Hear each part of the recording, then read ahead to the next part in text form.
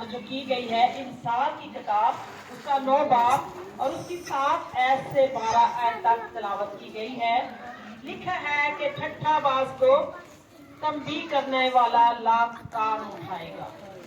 ठट्ठा बाज आपको पता है तमन्ना ये करता है, यानी कि अगर किसी, हम लोग सबको मिलते हैं, हर एक कैटेगरी के बंदे के साथ हमारी मुलाकात होती है। कैटेगरी के मतलब और पाए जाते ठट्ठा बाज जो लिखा यहाँ पर, और शरारत को मलामत और शरीर को मलामत करने वाले पर धब्बा लगेगा।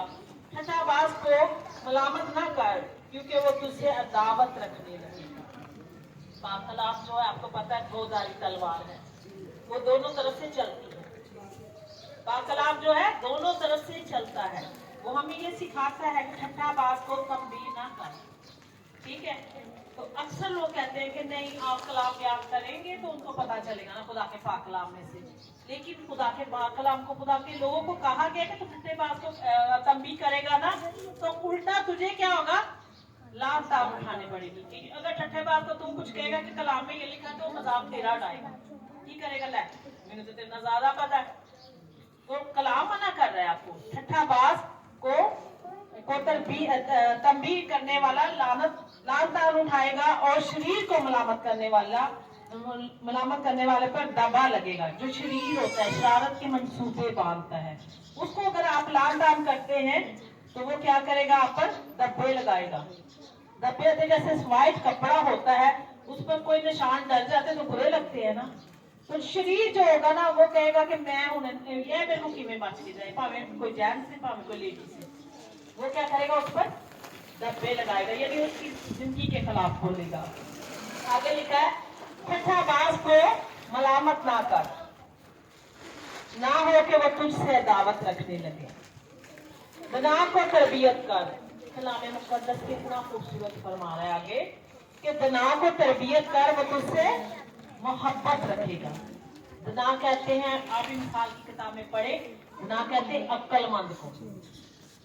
क्या कह रहे हैं, दना किसको कहते हैं, आपने जवाब देना है, अक्लमंद को। अक्लमंद को। तो बाइबल मुकद्दस हमें ये तरबियत देती है कि तू दना को तरबियत कर और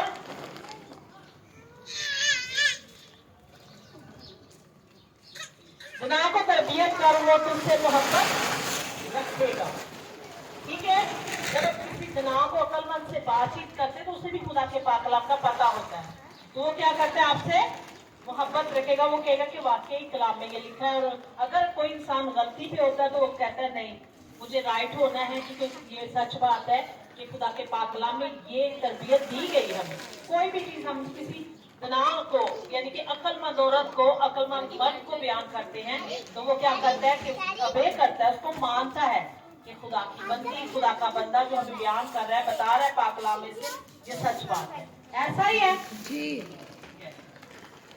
आगे लिखा है कि दना को तरबियत कर और वो और भी दना बन जाएगा, यानी कि उसे पाक कलाम का पता है। जो वो हम ऐसे जैसे आज हवाला निकाल के पढ़ रहे हैं तो क्या होगा, कलाम मुकद्दस में लिखा है कि उसे तरबियत करेगा तो वो क्या होगा, और भी दना बन जाएगा।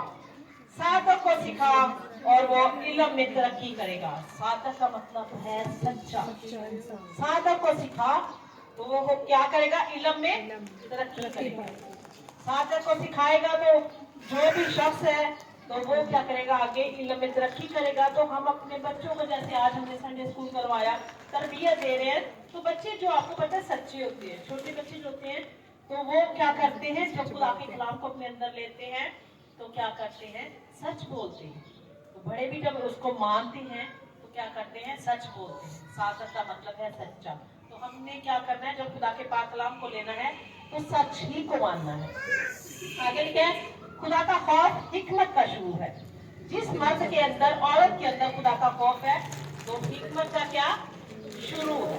जब हम खुदा का खौफ अपने अंदर रखते हैं तो हर बात से हम डरते हैं। अगर हमसे इंसान होते हुए गलती होती है तो हम ये कहते हैं खुदावंदा माफ कर। अक्सर हम कहते हैं ना कि खुदावंदा माफ करिए, क्योंकि हमारे अंदर क्या है, खुदा का खौफ पाया जाता है। तो अगर हम खुदा का खौफ नहीं रखते तो हम बड़े बड़े मतलब बात करते हैं, तो भी हम खुदा का मतलब डर खौफ हमारी जिंदगी के अंदर नहीं होता। आगे क्या लिखा है, खुदा का खौफ हिकमत का शुरू है और